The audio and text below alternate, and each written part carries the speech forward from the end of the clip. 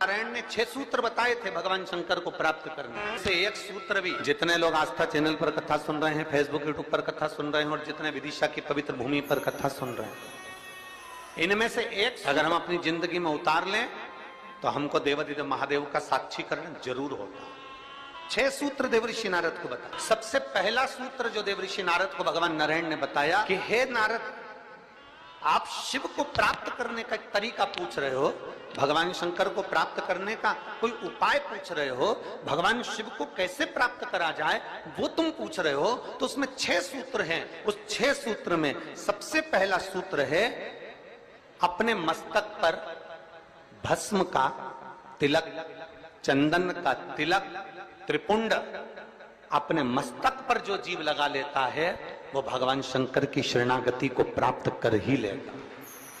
6 सूत्र में से पहला सूत्र है अपने मस्तक पर त्रिपुंड लगा लेना, अपने मस्तक पर त्रिपुंड का भाव प्रकट कर। अब एक बात बहुत ध्यान से सुनिएगा, जरा स्मरण में रखिएगा। कई माताएं कहती हैं कि गुरुदेव हम अगर चंदन का तिलक लगाकर जाएंगे या हम त्रिपुंड लगाकर जाएंगे तो लोग हंसते हैं।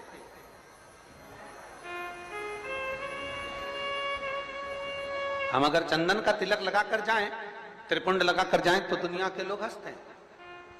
तो हम स्त्री को, हम नारी को क्या करना चाहिए?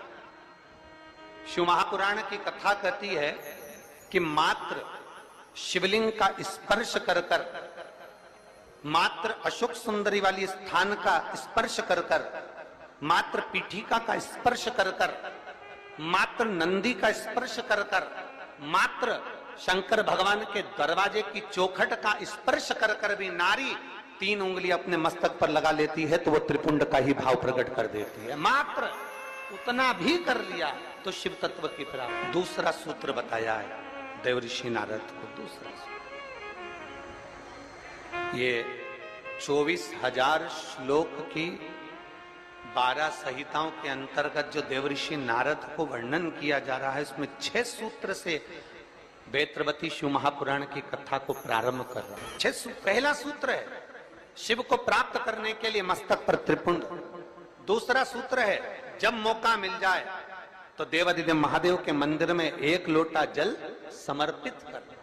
ये दूसरा सूत्र। अगर संसार का व्यक्ति अपने मस्तक पर त्रिपुंड नहीं लगा सकता, संसार का व्यक्ति अपने मस्तक पर चंदन तिलक नहीं कर सकता, तो शिव महापुराण की कथा कहती है देवऋषि नारद, ये दूसरा सूत्र है कि भगवान शिव के मंदिर में जाकर, शंकर के शिवालय में जाकर 1 लोटा जल अपने घर से भरकर, अपने घर से ले जाकर शंकर भगवान के शिवलिंग को समर्पित करना शंकर को प्राप्त करने के बराबर है। ये दूसरा सूत्र वर्णन किया गया। दूसरा, कितने लोग हैं आप लोग जो शिव के मंदिर जाते हैं? जरा हाथ उठाओ।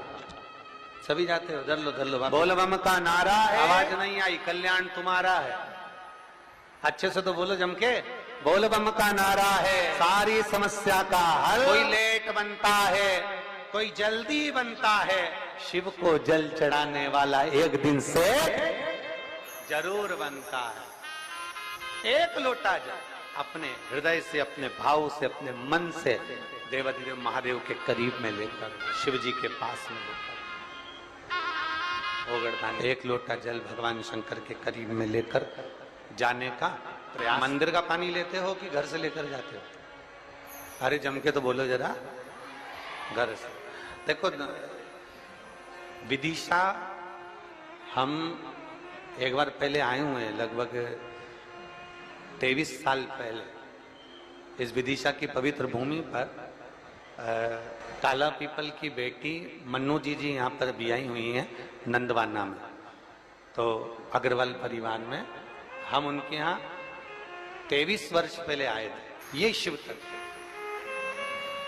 हम जब यहाँ से चले थे होटल पे से, तो राहुल जी और रोहित जी हमको जब लेकर आ रहे थे, अग्रवाल जी जिनका वो गार्डन बना हुआ नहीं है, जैसे हेलीकॉप्टर को उतारने के लिए हेलीपैड बनाया जाता है और H लिख दिया जाता है और हेलीकॉप्टर वाले को दिख जाता है कि मुझे यहाँ उतरना है, विदिशा वालों ने ये कथा कराकर 7 दिन तक शंकर भगवान को यहाँ उतारने का प्रयास किया।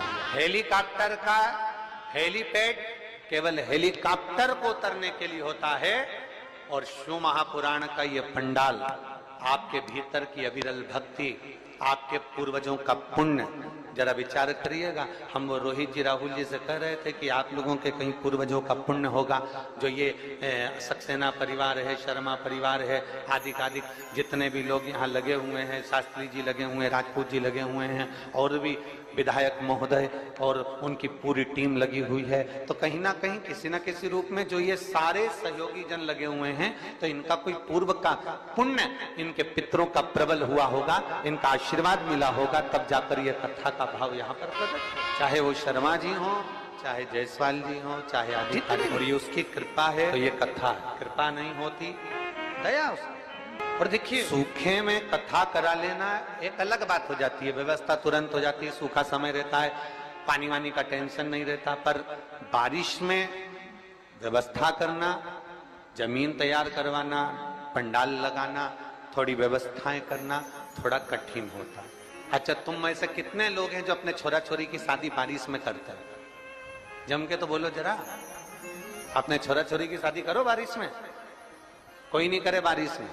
गांव का व्यक्ति हो चाहे शहर का व्यक्ति हो, प्रयास यह करता है भैया या तो ठंड का मौसम हो या थोड़ा गर्मी का मौसम हो, ऐसा मौसम देखना जिसमें थोड़ा डेंटिंग पेंटिंग भी हो जाए और तैयार वैयार होके खाना पीना भी जोरदार हो जाए, तो मुहूर्त देखा जाए। अब बारिश में छोरा छोरी की शादी कौन करे?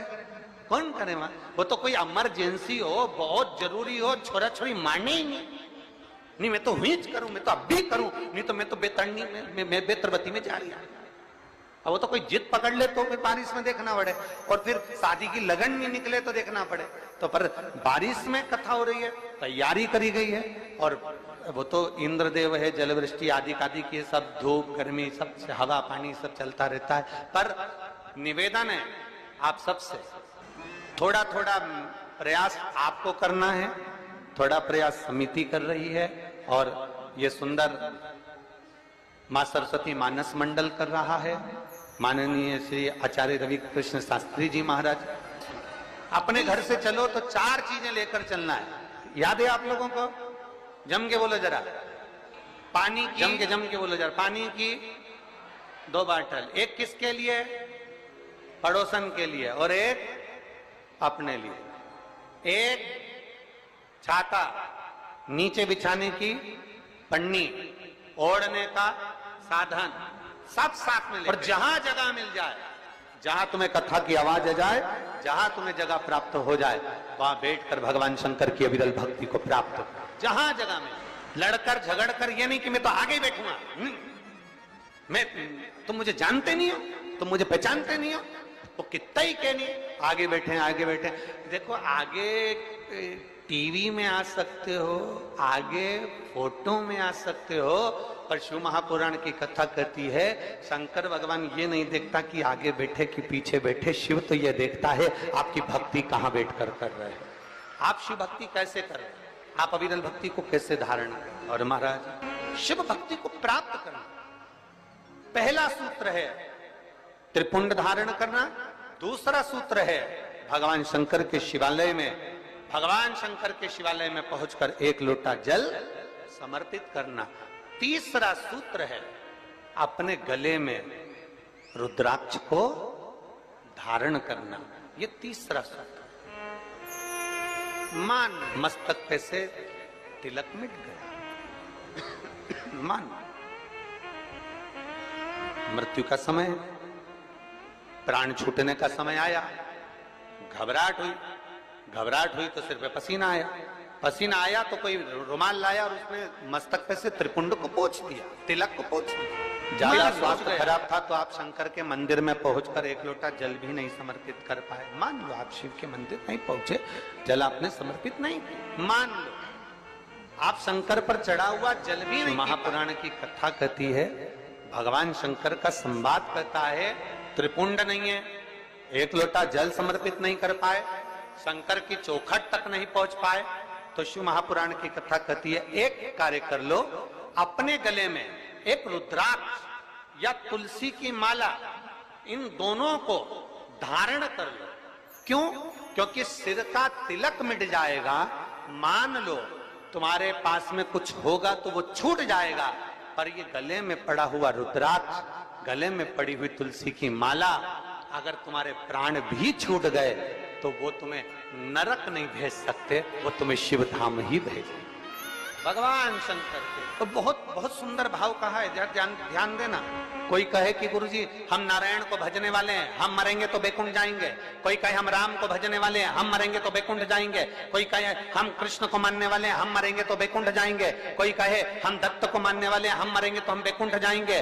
जरा एक बार लिंग पुराण को उठाकर पढ़िएगा, एक बार स्कंद पुराण को उठाकर पढ़िएगा, एक बार गर्ग संहिता को पढ़िएगा, एक बार शिव महापुराण का स्मरण करिएगा, और एक बार ब्रह्म वैवर्त पुराण को भी पढ़िएगा, और एक बार अगर मौका मिल जाए तो नर्मदा पुराण का स्मरण करिएगा, जिसमें स्पष्ट कहा गया, और गरुण पुराण को भी अगर ध्यान से पढ़ेंगे तो उसमें भी स्पष्ट किया गया है, पद्म पुराण में भी स्पष्ट किया गया है कि चाहे तुम राम का स्मरण कर रहे हो, चाहे तुम कृष्ण का स्मरण कर रहे हो, चाहे तुम दत्त का स्मरण कर रहे हो, चाहे तुम किसी देवी का स्मरण कर रहे हो, चाहे तुम किसी देवता का स्मरण कर रहे हो, और जब जीव के प्राण छूटते हैं, प्राण छूटने के समय पर यमलोक से जो यमदूत मृत्यु लोक में आते हैं, सबसे पहले देवाधिदेव महादेव के पास जाकर पूछते हैं कि मैं इस जीव को ले जाना चाहता हूं, आपकी आज्ञा हो तो ले जाऊं। तब शंकर भगवान जब आज्ञा करते हैं, तब जाकर मृत्यु लोक से कोई आत्मा को लेकर जाया जाता है,